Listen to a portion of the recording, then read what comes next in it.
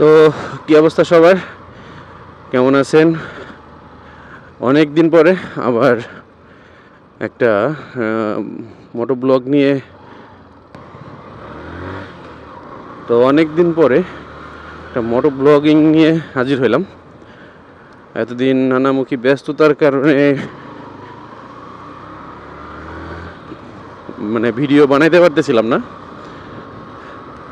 একটু চাপ ছিল, দৌড়াদৌড়ি ছিল বেশ।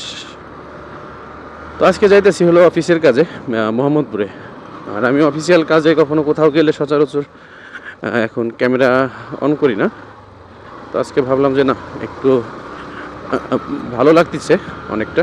এখন যাইতেছি মোহাম্মদপুরে, অনেক দিন যাবতই যাওয়া হয় না।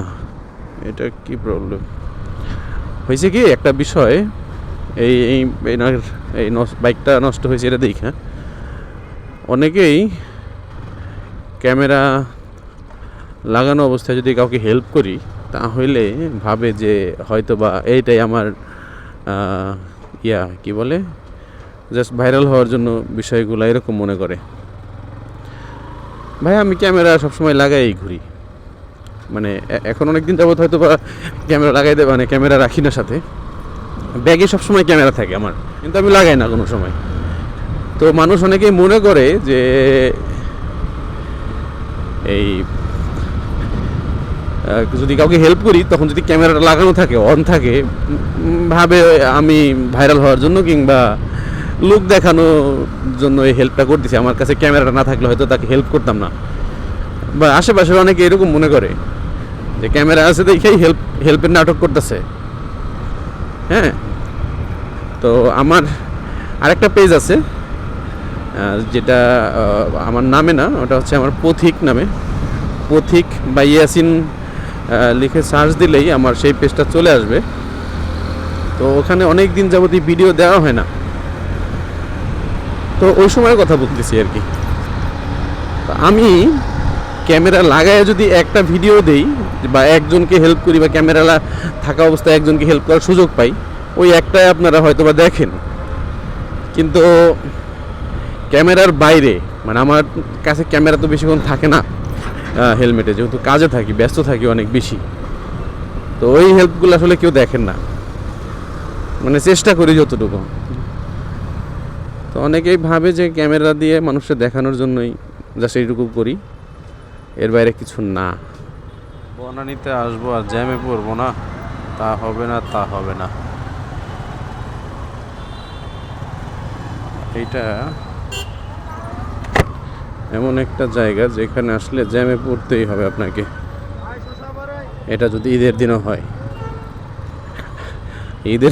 ঈদের দিন কেন বললাম? ঈদের দিন হচ্ছে ঢাকা শহরে গাড়ি ফাঁকা, গাড়ি থাকে না, ওই সময়টাতেও আর কি এখানে ওই জ্যাম আপনি পাবেনই। আসলে বনানীর দিকে আসলে জ্যামে পড়তেই হয়, এমন একটা জায়গা। এই কয়দিন পর এইখানকার কাটা বন্ধ করে, ওইখানকার রিটার্ন বন্ধ করে, এই করে, আসলে এমন এক পরিস্থিতি, কখন কীরকম হয় বলাই যায় না।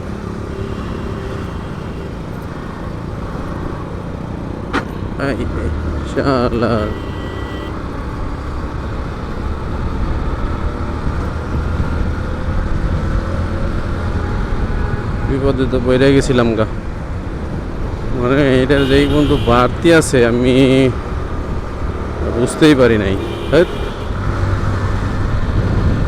এত সতর্ক হয়ে বাইক চালাই, তারপরে যদি এরকম হয় ভালো লাগে না এগুলো।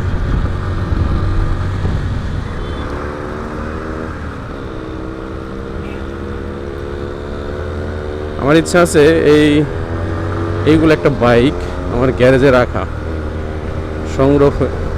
সংরক্ষণ করে রাখার একটা ইচ্ছা আছে। অল্প দামে যদি একটা পাই, ওরে ভাই রে ভাই, সেই কন্ডিশন তো। সেনার একটু ফলো করি।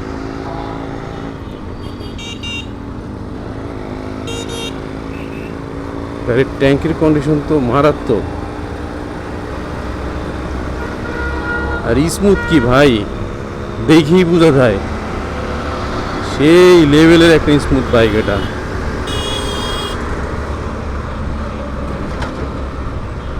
দেখি এরকম যদি একটা বাইক পাই, যদি নেওয়ার সুযোগ হয়,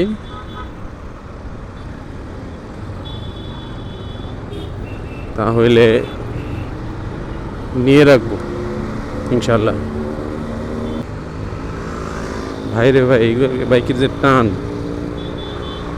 আমি নেক্সট গিয়ারের একটা ভিডিওতে দেখছিলাম 4V's সাথে পাল্লা দেয়।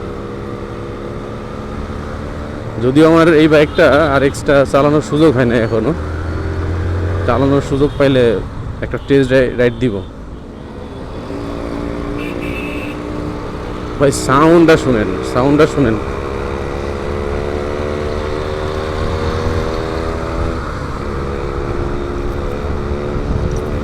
অস্থির একটা সাউন্ড, অস্থির অস্থির।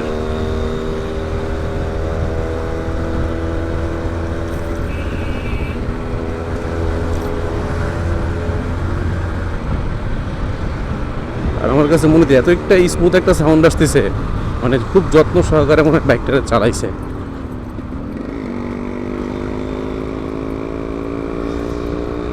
যদি এই বাইকের সাথে টানাটানি করতে যায় আমার এই বাইক দিয়ে 110 সিসির, ওর ধারে কাছেও যেতে পারবে না।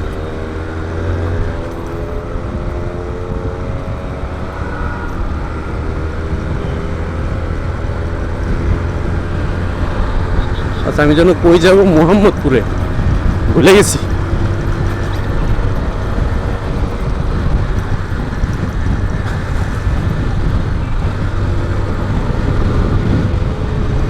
এই টাঙ্কিটা এখনো জোস, একদম জোস, পুরাই জোস।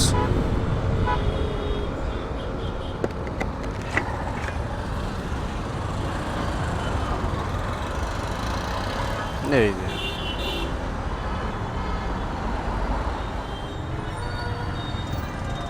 এই যে হলো ফুটওভার ব্রিজ, এই পাশ থেকে এই পাশে পার হওয়ার জন্য।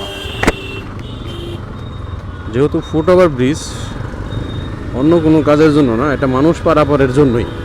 কিন্তু দেখেন আমাদের দেশের শিক্ষিত ভদ্র জাতি, গ্রাম থেকে যারা আসে তাদের কথা নয়, ভিন্ন কথা বললাম, কিন্তু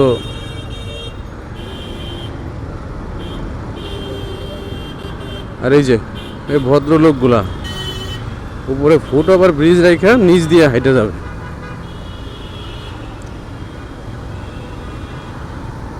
মানে আবার এই যে গাড়ি পানি মারতেছে, তার গায়ে লাগতেছে পানি, সেটাতে আবার তার প্রবলেম। মানে উপর দিয়ে যাবে না, নিচ দিয়ে যাবে, সেটা প্রবলেম না। ও, মোহাম্মদপুর চলে আসছি, কিন্তু বাইকটা ভিতরে নেওয়া সম্ভব হবে না। আর রাস্তা কাজ করতেছে, তো বাকিটুকু রাস্তা হাইটে যেতে হবে আমাকে।